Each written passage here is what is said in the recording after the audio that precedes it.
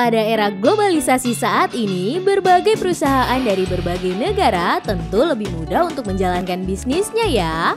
Misalnya saja, perusahaan milik orang terkaya pertama di dunia yaitu Amazon yang saat ini terus melakukan ekspansi bisnisnya di Indonesia. Perusahaan milik Jeff Bezos ini masih terus masuk ke Indonesia loh. Eits, tapi bukan Amazon yang membuka bisnisnya langsung di Indonesia, melainkan dengan strategi injeksi. Ya, Amazon cenderung menggunakan strategi menginjeksi startup yang lebih dulu eksis di Indonesia. Buktinya nih, baru-baru ini Jeff Bezos baru saja berinvestasi di startup lokal Indonesia bernama Lumo.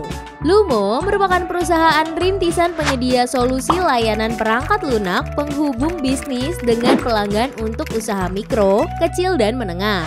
Dalam investasinya tersebut, Jeff Bezos melakukannya melalui kantor pengelolaan aset pribadinya bernama Bezos Expedition.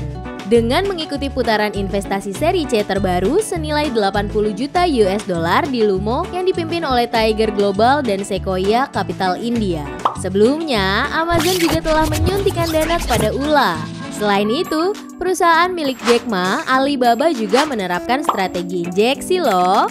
Seperti mempunyai kepemilikan saham sebesar di startup Bank Digital Indonesia, yaitu PT Bank Neo Commerce Tbk atau BBYB, sebesar 24,98% melalui PT Akulaku Silver Indonesia. Akulaku merupakan perusahaan fintech yang juga mendapat guyuran dana 40 juta US dollar dari Alibaba pada 11 Januari 2019.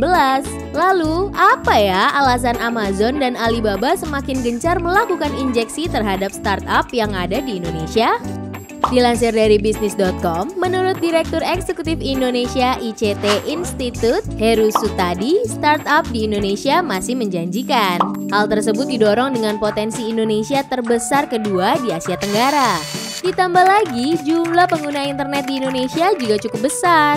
Berdasarkan data Internet World Stats, pengguna internet di Indonesia per Maret 2021 mencapai 212,35 juta jiwa loh. Namun, masuknya perusahaan asing ke Indonesia bukan tanpa resiko nih BMers. Menurut Direktur Center of Economic and Law Studies atau CELIOS, Bima Yudhistira, startup yang mendapatkan suntikan investasi rentan terpengaruh gejolak yang dialami pemodalnya di luar negeri. Ia mencontohkan seperti kasus yang di luar negeri. Satu cerita, ada venture capital di Jepang kesulitan karena salah investasi di WeWork. Itu efeknya bisa sampai ke startup yang ada di Indonesia, ujar Bima Yudhistira, Direktur CELIOS. Nah itu dia BMers, salah satu strategi yang diterapkan oleh dua perusahaan besar ini. Hayo, siapa yang mau startupnya didanai oleh mereka?